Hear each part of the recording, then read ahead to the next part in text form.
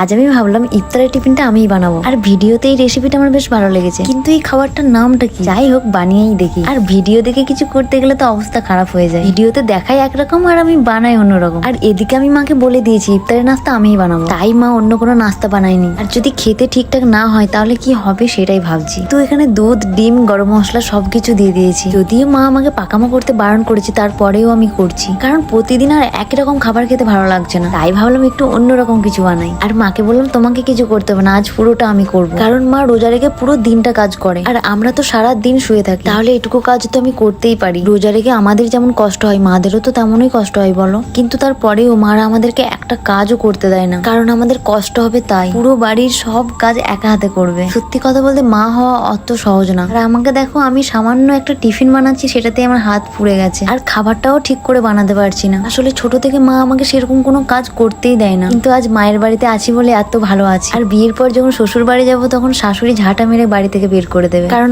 আর যাই হোক, মায়ের মতো সহ্য কেউ করতে পারবে না। সব থেকে বড় কথা, আমাকে যে ছেলেটা বিয়ে করবে তার কপালটা খুবই খারাপ, কারণ সে এমন একটা মেয়েকে বিয়ে করবে যে কোনো কাজই পারে না। তবে আমি কিছু পারি আর না পারি, আমার ফ্যামিলিকে আমি অনেকটা ভালোবাসতে পারি, অনেকটা। যাই হোক, এসব কথা এখন বাদ দিই। এদিকে দেখো, দেখতে কত সুন্দর লাগছে। ভিডিওতে যেরকম দেখিয়েছি সেরকম হয়তো হয়নি, কিন্তু খুব একটা খারাপও হয়নি বলো। আর দেখে তো মনে হচ্ছে খেতে অনেকটা টেস্টি হবে। তো চলো প্রথমে মাকেই টেস্ট করাই। মা তো অনেক হ্যাপি হয়েছে যে আমি মায়ের জন্য নাস্তা বানিয়েছি। আমাদের এই ছোট ছোট কারণে যখন মাদের মুখে হাসি দেখি, মনে আলাদা রকমই শান্তি হয়। আর মাকে কি বলবো, আমি যদি খারাপও বানাই সেটাও বলবে ভালো। মায়ের খাওয়া দেখে আমার মনে হলো মায়ের হয়তো ভালো লেগেছে। এদিকে মা আমাকে না খাইয়ে ভাইকে খাইয়ে দিচ্ছে। কি আর বলবো, বাড়ির ছোটদের ভালোবাসাই আলাদা। তবে সত্যি মায়ের অনেকটা ভালো লেগেছে, কারণ মাকে দেখছি ওখানে লুকিয়ে লুকিয়ে খাচ্ছে। আসলে আমার মাটার সুগার আছে তো, তাই আমি বেশি মিষ্টি খেতে দিই না। আর ঠিক ওই কারণে মা লুকিয়ে লুকিয়ে সব মিষ্টি খেয়ে নেয়। কি আর বলবো, আমার মাটা পুরো ছোট বাচ্চা। তো যাই হোক, আমি আর বোন এখানে টেস্ট করে দেখি যে কেমন খেতে হয়েছে। খেতে বেশ ভালোই ছিল। তো তোমাদের ব্লগটা কেমন লাগলো পারলে আমায় একটু কমেন্টে জানিও।